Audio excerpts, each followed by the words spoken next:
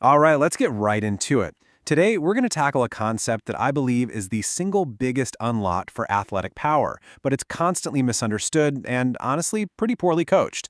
And that's the isometric phase. This isn't just the stop between lifting and lowering, it's the exact moment where raw strength gets converted into game-changing explosiveness. Let's break down exactly how you can master it. So here's our roadmap for this explainer. We're going to start with a problem I see all the time. Athletes who are strong in the gym but slow on the field.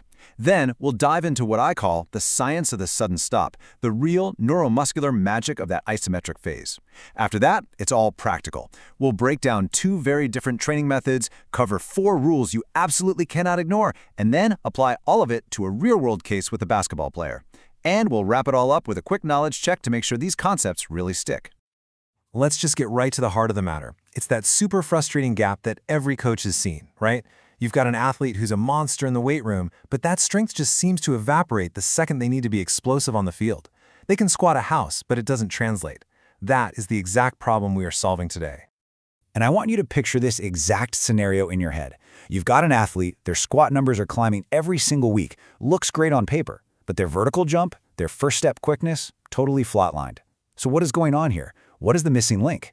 Well, it all comes down to their ability, or really their inability, to absorb force and then redirect it in a split second. And that missing link, you guessed it, is the isometric phase. See, the real question isn't how much force an athlete can produce slowly under control. The question that matters is how much force can they absorb and then redirect at incredibly high velocities.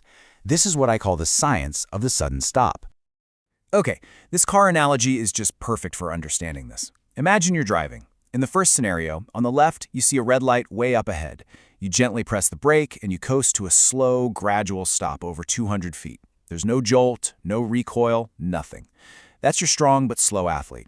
All that braking force just dissipates. But on the right, a deer jumps out in front of you. You slam on the brakes. The stop is violent. You get thrown forward. The car lurches. That violent recoil, that's the stored energy we are chasing. That's the athlete with a high rate of force development.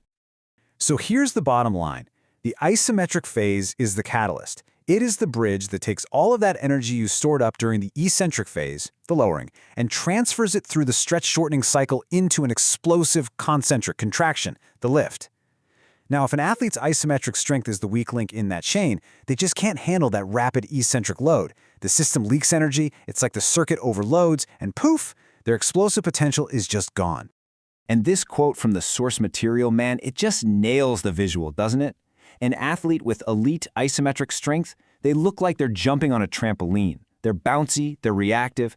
The athlete with poor isometric strength, they look like they're trying to jump out of a sand pit. All that force they generate just gets sucked into the ground and goes absolutely nowhere. Okay, so we've firmly established the why. We get it. Now let's get our hands dirty with the how. We're going to look at the 2 main ways we train this quality because they serve very different and very specific purposes.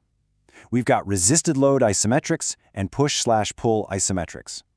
Let's put these 2 methods side by side so you can really see the difference. On one side, you have resisted isometrics. Think of these as dynamic. You're still going through the full eccentric, isometric, concentric movement. We use these at the start of a workout to prime the nervous system, to potentiate it for what's coming. On the other side, you've got push-pull isometrics. These are totally static. You're pushing or pulling with maximal force against something that will not move. These are so neurologically demanding that we have to put them at the very end of a workout because they will absolutely fry an athlete's nervous system for any other quality work. Okay, let's look at the actual numbers for resisted isometrics. Let's say you're in a high-intensity training block, working above 80% of your 1-rep max. Just follow that top row with me. You can see the protocol. You're using really heavy loads, over 85%, for a short, intense hold of about 3 to 4 seconds. Reps are way down, just 1 or 2, for about 4 to 5 sets. The key thing to see here is that inverse relationship. As the weight on the bar goes up, the duration of the hold comes down. We're teaching the body to handle insane amounts of force for very brief moments. Now, this next point, listen up, because this is non-negotiable and it's where so many programs just fall flat. Isometric strength gains are incredibly specific to the joint angle you train. The functional carryover is only about 5 to 10 degrees on either side of that position. What does that mean for you? It means you have to be a detective. You have to analyze the sport, watch the film, find the critical joint angles for that athlete, and you train those exact positions. A generic deep squat isometric might have zero transfer to a basketball player's second jump for a rebound if the angles don't match up. Now let's contrast that with the push/pull parameters. You should notice two huge differences right away. First, look at the hold times. They're way longer. We're talking 5 to 8 seconds. And second, every single set is just one rep. Why? Well, because the goal here isn't absorbing force. The goal is generating the absolute maximum voluntary contraction you can possibly produce at that specific angle. This is what makes it so unbelievably taxing on the central nervous system, and it's exactly why it has to be the last thing an athlete does in a training session. Knowing the protocols is one thing, but executing them flawlessly on the gym floor, that's a whole different beast. Over the years, I've boiled it down to 4 simple but completely non-negotiable rules that get the best results and keep athletes safe. Here are the 4 pillars. Number 1, hit it like a brick. Number 2, squeeze it. 3, always spot the athlete. And 4, finish with an explosive concentric movement. Now, they're all crucial, don't get me wrong, but I really want to zero in on numbers 1 and 4 because they're the most misunderstood and they have the biggest impact on whether the training actually works or not. Rule number 1 is the absolute game changer. The entire point of this is to teach the body to absorb massive amounts of force instantly. This means the eccentric part of the lift has to be fast, and the stop has to be absolute, like hitting a brick wall. The common mistake you see over on the left, where the athlete kind of slowly decelerates into the hold, that just bleeds off all the precious energy and completely kills the training effect.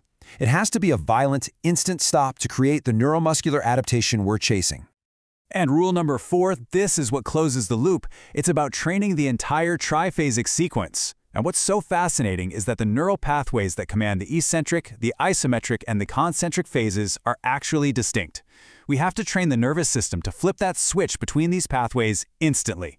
If there's even a split second of hesitation after the hold, all that beautiful elastic energy you've stored up is just wasted as heat. The intent to be violently explosive out of the bottom has to be programmed into every single rep. All right, let's make this real. Let's make it tangible. We're going to apply everything we've covered to a practical case study. A college basketball player who needs to turn his weight room strength into some serious on-court power. So here's our guy. A collegiate basketball player, he's got a big 405-pound squat, but he's just slow to get off the floor for rebounds, and his first step is lagging. He's a textbook example of our force absorption problem. So let's say we're in a high-intensity training block.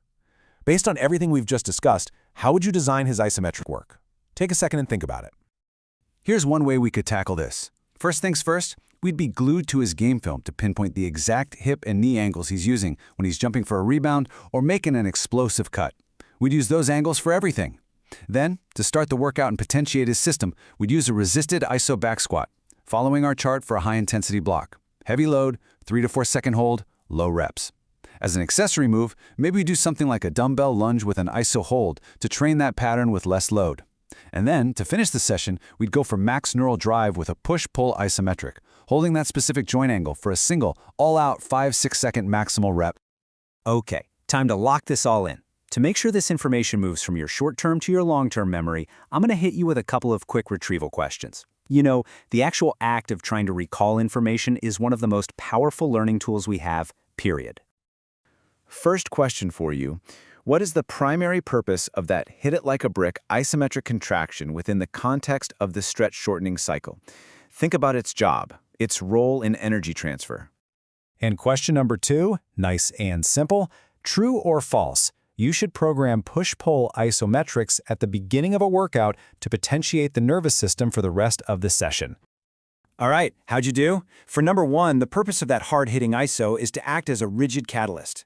It's what allows for the most efficient transfer of energy possible, which maximizes your rate of force development. And for number 2, that is definitively false. Push/pull isometrics are workout finishers. They are way too neurally demanding to put at the start. It's the resisted load isometrics that we use up front for that potentiation effect. So, to bring it all home, if you only walk away with 5 things from this, please make it these. 1, isometrics are the catalyst that turns stored energy into explosive power. 2, hit it like a brick. Fast down, instant stop. That is the key to adaptation. 3, specificity is king. You must train the exact joint angles of the sport. 4, program with intent. Resisted isos at the start for potentiation, push-pull isos at the end for maximal neural drive. And number 5, always finish explosively, to train the brain to seamlessly transition through that entire triphasic sequence.